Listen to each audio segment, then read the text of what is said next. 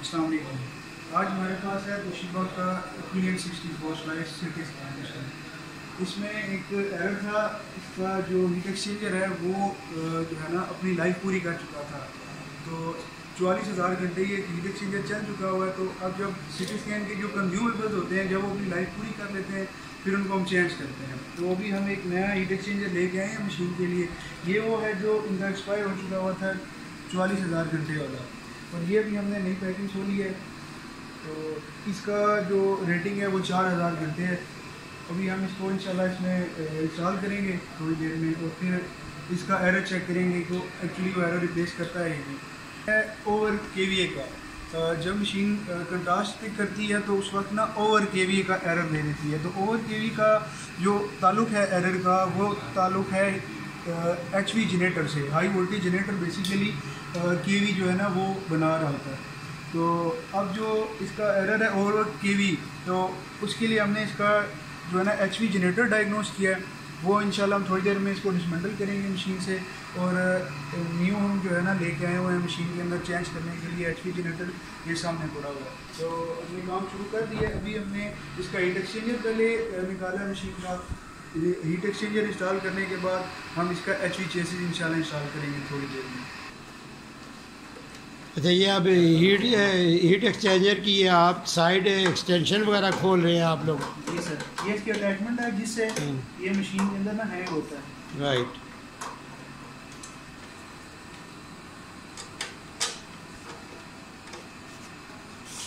तो ये आप जो पुराने वाली की फिटिंग थी वो उतार के आप नए इसके साथ अटैच कर रहे हैं? जी सर, ये इसकी फिटिंग है जो मशीन के अंदर। ये अटैचमेंट है जो एक्चुअली इसका वेट इसने उठाया होता है।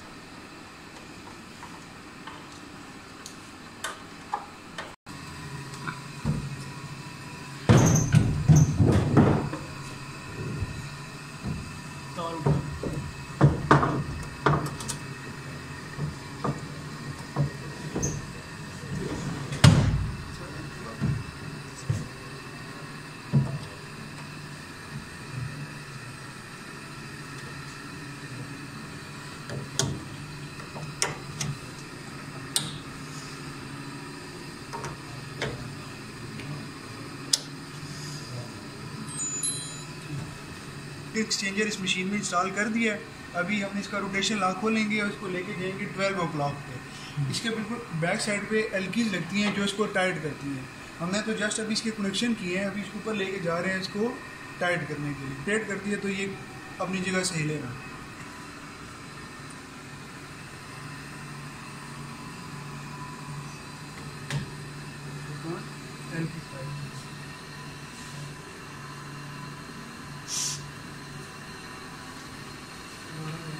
हाँ, रोटेशन लॉक है।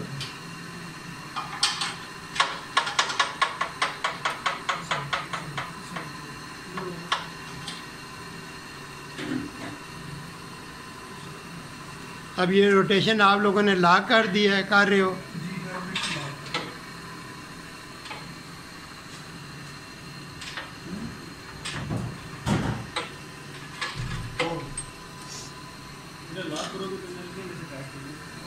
बस आप लंबा कर लेना थोड़ा, पीछे को थोड़ा सा लॉक खोल दो, हो जाएगा।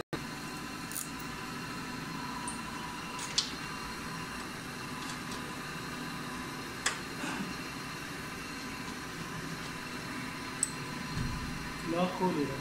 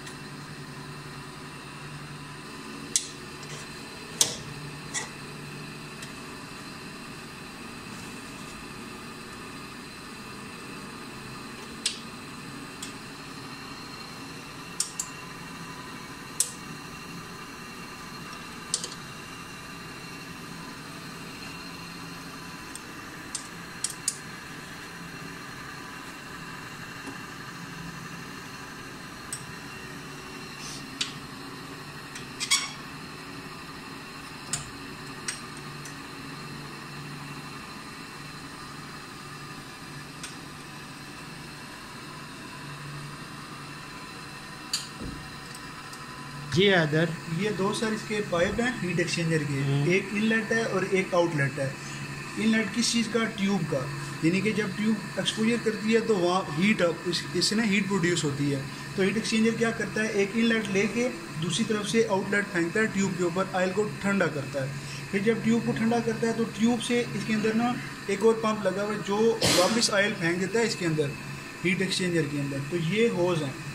तो अब क्या, इसके अंदर एक चेक वाल्व है और एक इसके अंदर भी है। जब हम इसको इससे अलग करते हैं चेक वाल्व बंद हो जाते हैं, ट्यूब का ऑयल ट्यूब के अंदर रह जाता है और हीट एक्सचेंजर का ऑयल हीट एक्सचेंजर के अंदर रह जाता है। जब ये होज आपस में अटैच होंगे तो दोनों चेक वाल्व खुल जाते हैं। तो ये किस तरह पता चलेगा कि ये इनलेट जो हाउस पाइप लगे हुए इनलेट कौन सा है और आउटलेट कौन सा है? अब सर इसमें ना मैन्युफैक्चर ने सेटिंग बना के भेजी हुई है। ये आप देख रहे हैं इसकी साइज, ये वाली ये जो आप देख रहे हैं ये घूमने वाली जो चौड़ी पट्टी है वो इसके ट्यूब के साथ अटैच है, जबकि दूसरी साइड से घूमने वाली पट्टी जो है ये रिंग जो है एक्चुअली ये हीट एक्सचेंजर के साथ अटैच है। तो हमें ऐसे जो है ना पता चल जाता है। इंस्टॉल कर लिया है तो हम घंटी ऑन करके और इसका ना ऑयल फ्लो चेक करने लगे कि ये अपना फ्लो बना रहा है ये नहीं, ठीक है। तो अभी हम घंटी को रोटेट करेंगे तो फ्लो इसका चेक करेंगे। अच्छा सर, ये इसका ना हावर डायल है कि कितने घंटे ये चला हुआ है। इधर लिखा हुआ है 6296, तो मतलब ये 6296 आवर्स ये चल चुका हुआ है। लेकिन जो इससे पहले हमने उतारा वो 44,000 आवर्स चल चुका हुआ है। तो अभी हम इसकी जो रीडिंग आ रही है ये मतलब एक यूज हीट एक्सचेंजर की बहुत अच्छी रीडिंग है। सर ये एचवी चेसिस है, इसकी यहाँ पे एलकीज लगी हुई होती हैं, 6 एलकीज होती हैं 8 mm की। तो ये बाकी की मैंने खोल दी है और एक ही रहेगी, ये लास्ट वाली मैं खोल दूँ।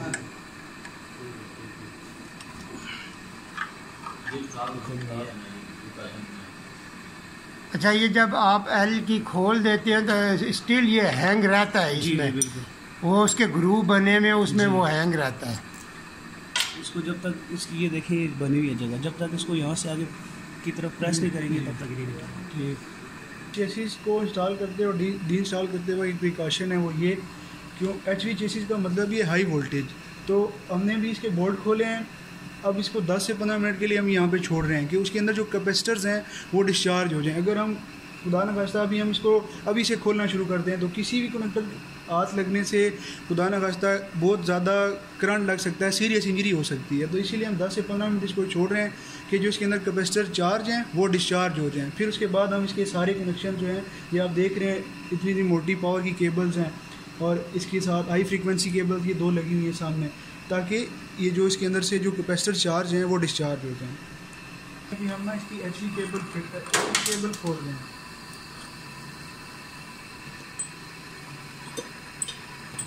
और हम अलाइनमेंट रॉड, ठीक है, ये अलाइनमेंट रॉड हम इसलिए लगाते हैं कि एक्चुअली इस एचवी केबल के अंदर ना 3 बहुत नाजुक पिन है। अगर हम इसको ऐसे डायरेक्ट खोलेंगे तो हो सकता है कि अलाइनमेंट ना होने की वजह से वो जो पिन है वो टूट जाए। तो फिर ये एक तोशिबा का टूल है कि जिसको हम अलाइनमेंट रॉड कहते हैं। जब इसको अंदर हम टाइट कर देंगे तो उससे ये होता है कि आपका ये जो एचवी केबल का ये जो कनेक्टर है वो हमेशा सीधा रहता है। जब अगर आपने इसको खोलना है आपके पास ये 2 टूल लाजमी होने चाहिए। अगर कोई अनप्रोफेशनल बंदा इसको खोलता है तो हो सकता है वो केबल के अंदर से जो पिन हैं वो तोड़ देगा। तो ये जो टूल है ये लाजमी होगा, तब आप एचवी केबल खोल सकते हैं।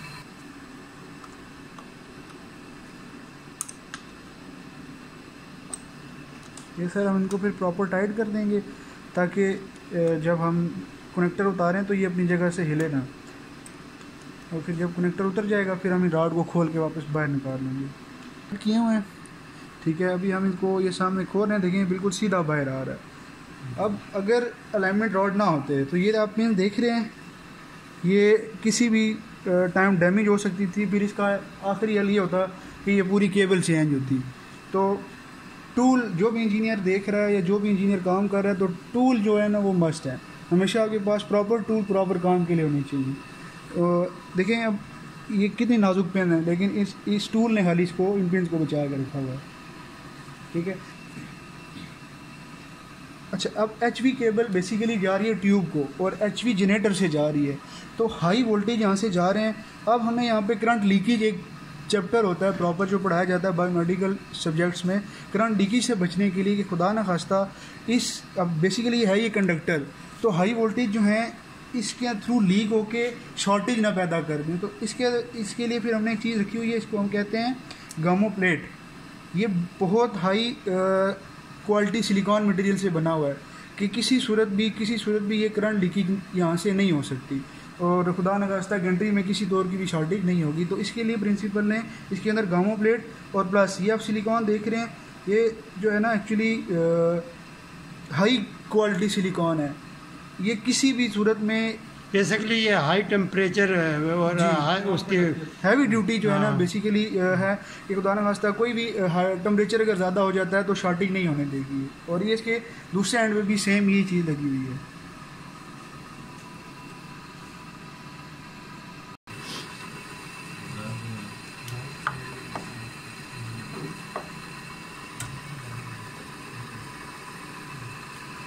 बोलते भी जाओ सर ये हम इसके ना अभी इन्होंने रूटिंग की हुई है केबल्स की बहुत अच्छे तरीके से कि जब घंटी घूमती है तो कोई केबल बॉडी से टच होकर ज़ख्मी ना हो जाए। तो हम बहुत अच्छी रूटिंग जो इन्होंने की हुई है इसको हम खोल रहे हैं ताकि जो एचवी चेसिस है वो आसानी से बाहर आ जाए। एक्सरे का ब्रेकर चेकर बंद है ना। अच्छा, आपने इसके ऊपर जब भी काम करना है एचवी चेसिस शायद मतलब चाहे कोई भी सिटी का पार्ट है, इसके दो ब्रेकर होते हैं, एक कंट्रोल का ब्रेकर होता है और एक्सरे का ब्रेकर होता है। इन दोनों ब्रेकर्स को आपने मेक श्योर करना ये बंद होना चाहिए, यानी कि घंटे के अंदर ये चांस नहीं होना चाहिए कि कोई ब्रेकर ऑन है ये पावर आ रही है, इससे आपको बहुत शदीद करंट लग सकता है, स्वेयर इंजरी हो सकती है।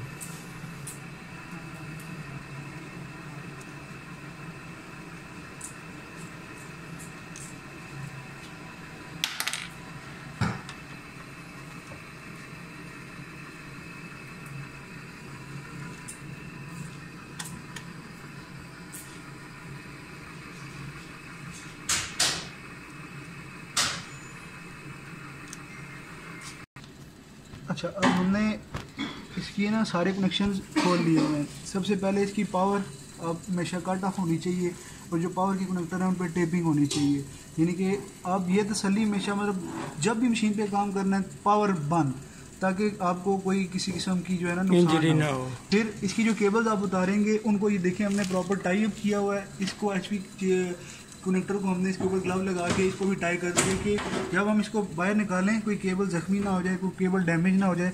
अगर आप इस चीज़ का एहतियात नहीं करते, आप केबल को ऐसे ही छोड़ेंगे। अब जैसे कि एक बहुत नाजुक कनेक्टर है, ये 4 पिन का कनेक्टर है, ये हमने इसको रखा हुआ है। अक्सर लोग क्या करते हैं, चीज़ों को ऐसे ही छोड़ देते हैं, फिर काम करने लग जाते हैं और काम जो कम होता है वो फिर 2 गुना बढ़ जाता है। तो काम करते वक्त आपने केबल का ध्यान रखना है, पावर का ध्यान रखना है और अपनी सेफ्टी सबसे पहले। दूसरा फिर सिस्टम की सेफ्टी, क्लाइंट की सेफ्टी, ये सारी चीज़ें आपने मद्देनज़र रखनी है।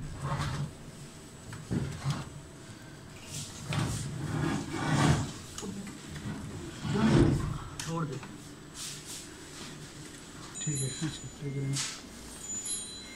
ये जो आपका फॉल्टी हाई वोल्टेज जनरेटर था ये हमने निकाल लिया। इसके ऊपर एक और असम्बली है, इसको कहते हैं एसी चेसिस असम्बली। तो ये हम इससे अलग करेंगे, इसको निकालेंगे और उसके ऊपर वापस लगाएंगे, क्योंकि एसी चेसिस असम्बली में एरर नहीं है, एरर इसके एचवी जनरेटर में। तो हमने ये बाहर निकाल लिए, अभी हम इसका एसी चेसिस खोलने लगे। ये अभी हम इसका एसी चेसिस खोल रहे हैं इसके साथ से।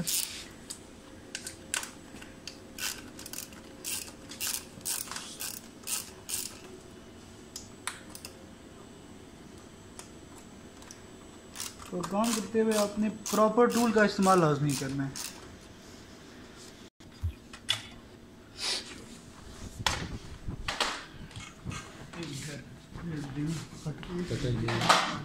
हाँ, केबल खोल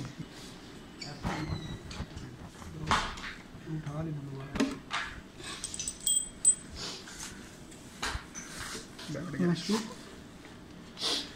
बैठ गया अपनी जगह पे।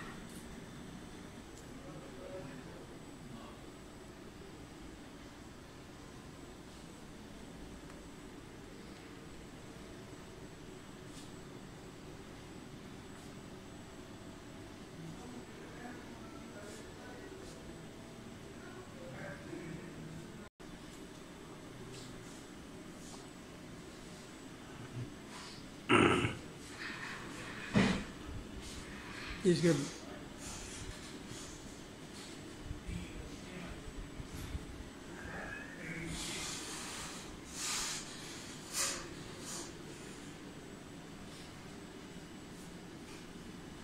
जब हम उधर लेके जाएंगे, आप इधर पे छोड़ देंगे, इधर आ यहाँ जो मैं ठहर उधर से आता हूँ।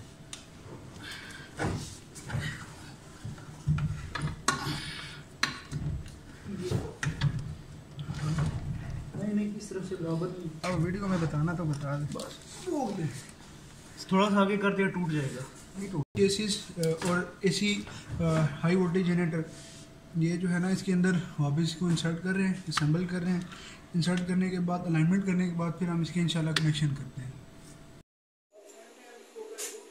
हमने एचवी केसेस चेंज कर दिया है, हीट एक्सचेंजर चेंज कर दिया है, हमने अपना लैपटॉप कनेक्ट किया है। केबल के साथ हमारे पास एक सॉफ्टवेयर होता है पैक नाम का, उस सॉफ्टवेयर से हमने अपनी तसल्ली के लिए हमने चेक कर लिया कि एचवी केसेस अपना काम कर रहा है। जो मशीन पहले एरर दे रही थी वो अब एरर नहीं दे रही। एचवी केसेस को फिजिकली भी चेक कर लिए, इनके भी इसका वो लाइट स्टेटस है, जो इसके फैंस है वो बता देते हैं कि ये अपनी प्रॉपर फंक्शनल कंडीशन में है। और 100% गारंटी के लिए वो अपना लैपटॉप लगाते हैं। ये लैपटॉप पड़े हुए पीछे, हमने लैपटॉप लगा के इसको अपनी तरफ से तसल्ली कर ली। हम इसको क्लोज कर रहे हैं, क्लोज करने के बाद हम इसका एक टेस्ट स्कैन करेंगे, इंशाल्लाह हमारी तरफ से मशीन होगी। Other, thank you very much for giving small presentation and मेरा ख्याल है ये इंफॉर्मेटिक्स हॉस्पिटल इंफ्रास्ट्रक्चर की तरफ से ये काफ़ी यूज़फुल वीडियो होगी, क्योंकि इससे पहले भी ये वीडियोस डली है काफ़ी सारी। और आप लोगों से एक रिक्वेस्ट है कि इस चैनल को सब्सक्राइब कीजिएगा, बेल आइकॉन को प्रेस कीजिएगा और अपने कोलीग और दोस्तों से शेयर ज़रूर कीजिएगा। Thank you very much.